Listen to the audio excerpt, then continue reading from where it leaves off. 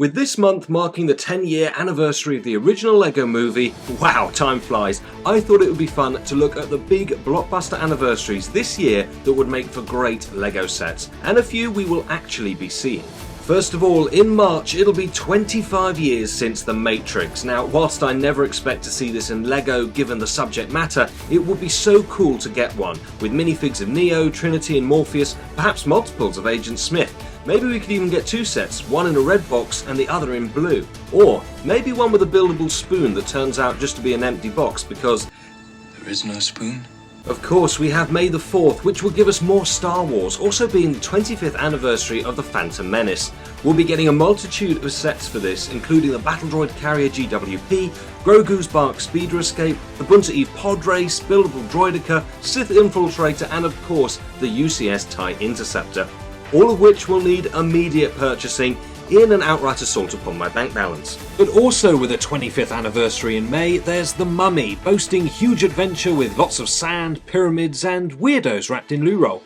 We're getting some new Johnny Thunder sets this year, but apparently only jungle. It would be great to get some new desert ones too, so fingers crossed for that returning. Then there's the 10-year anniversary of Maleficent, and it was leaked a while back we should be getting her dragon around June this year, but May would certainly make the most sense for that set. Either way, it sounds cool.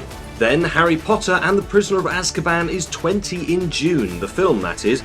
And we've already had a bunch of cool sets this year, but we'll also be getting several more in conjunction with the third movie's anniversary, although not directly relating to just the third story. These include Hogwarts Great Hall, Ollivander's Wand Shop and Madame Malkin's Robes Emporium, Durmstrang's Ship and Beauxbaton's Carriage from the Goblet of Fire, also a buildable Mandrake, Potions Classroom, and probably my favourite, a buildable version of Buckbeak the Hippogriff. Now, it's also 30 years since my favourite Disney film was released, The Lion King. We're getting a couple of Simbas thanks to this, a small one with a cheap price point, and also a 1,445-piece brick-built version in set 43247, priced around £100 and $130.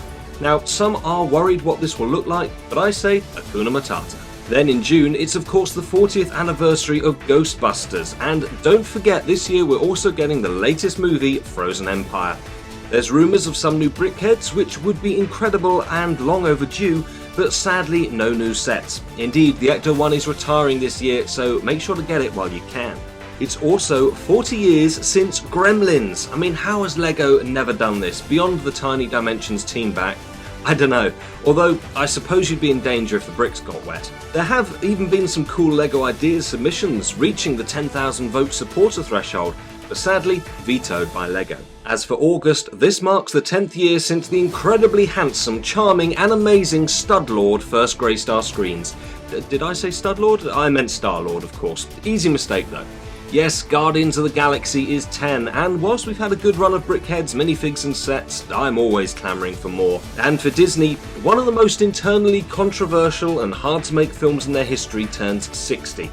I'm talking about Mary Poppins, and whilst it would be hard to pin down just one scene to be made into LEGO, it deserves to be done. Now, I should also mention that in September we'll be getting the latest Transformers movie. Whilst it's not an anniversary, LEGO's Optimus Prime was such a cool build, using some fantastic techniques to change between Prime in his mech stance to as a truck. Could we get another? I mean, yellow bricks are iconic, so bring on Bumblebee.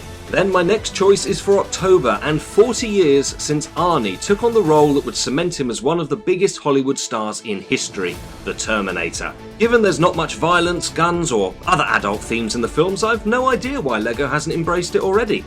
But they should, after all, the tagline writes itself, I'll be brick.